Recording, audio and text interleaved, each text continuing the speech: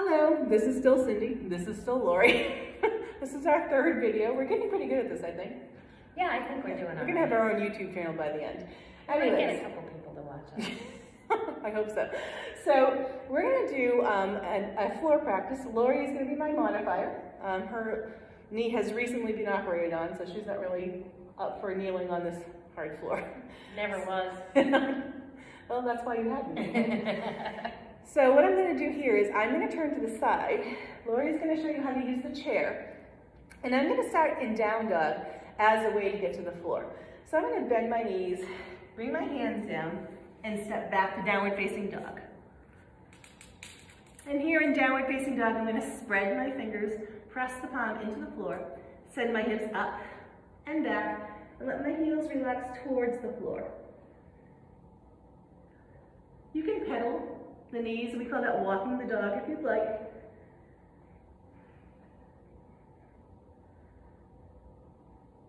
And then when you're ready, if you're on the floor with me, we're going to come down to what's called tabletop. So I'm going to bring my hands under my shoulders and my knees under my hips. And again, the way to check hip distance is to bring your fist between your knees. And anytime Lori needs to take a break and stand up, she's going to, right? Yes. Lori's really good at taking care of herself here, so I don't worry about her.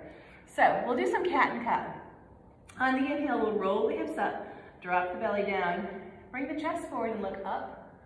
On the exhale, we're gonna tuck the hips, squeeze our belly button in, push the floor away, and around like a Halloween cat. Good, inhaling hips first, belly drops, chest forward looking up. Exhale, tuck the hips, round the back and tuck the chin. So we're going to do this at our own pace, following our own breath. And we want the breath and movement to start together in the hips and then together in the head.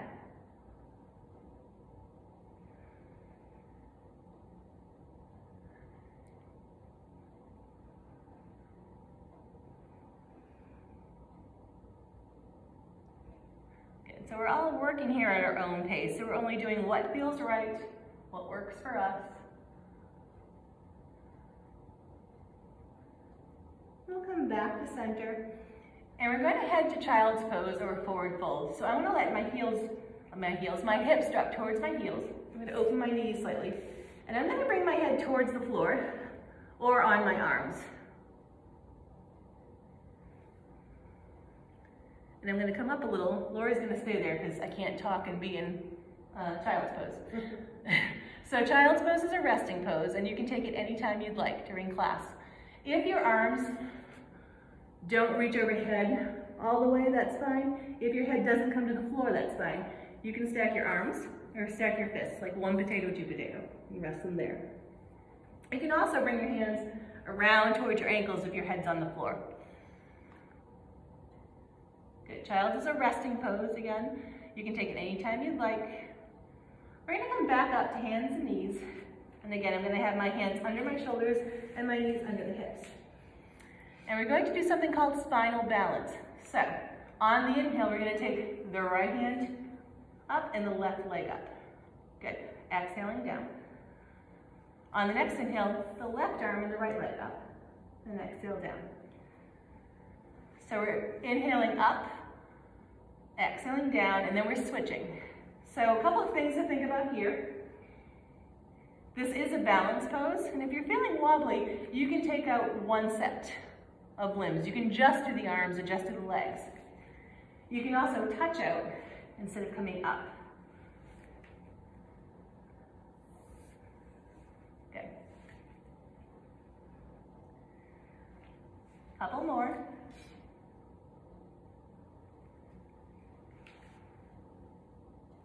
And then when you come back down, relax. Again, let the hips come towards the heels. The head comes towards the mat or the floor. I'm going to stay up so I can talk.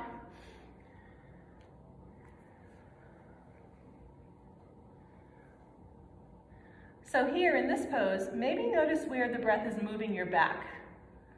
Maybe you feel the expansion on the inhale, maybe a slight contraction on the exhale, usually through the back ribs.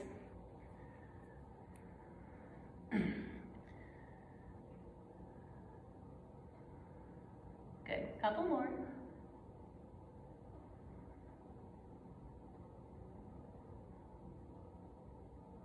And why don't we come back up to hands and knees. Good. From here, we're just going to do a little wag the dog. So we're just going to let your hips fall to the right while your shoulders go left. Come back to center. Hips go left, shoulders go right. Good. If this is uncomfortable for you, you can also do this and bring your left hip and shoulder together and then come apart. So you're making more of a C and a backward C, or you can let the hips drop and do more of a side stretch.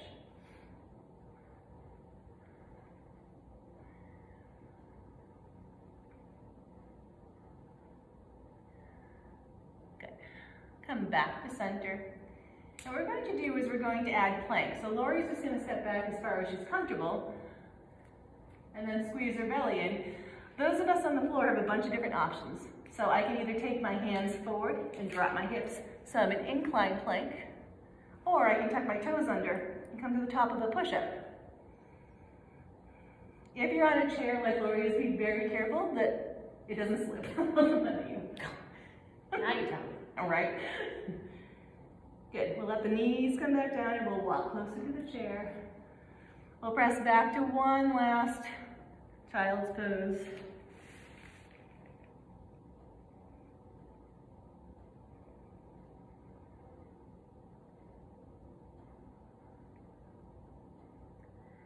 So we're going to stay in child's pose and we're going to add a little bit of a rotation.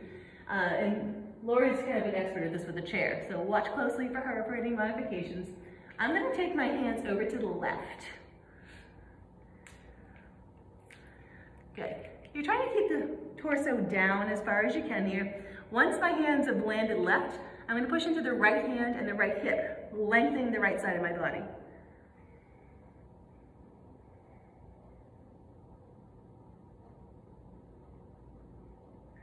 And then I'm going to walk through center.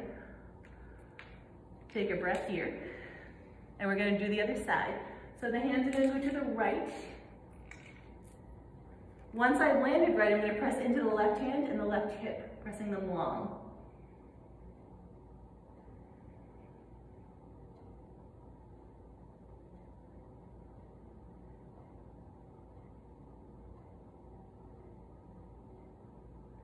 Good, we'll come back to center. We'll hold in child's pose. 2 more breaths.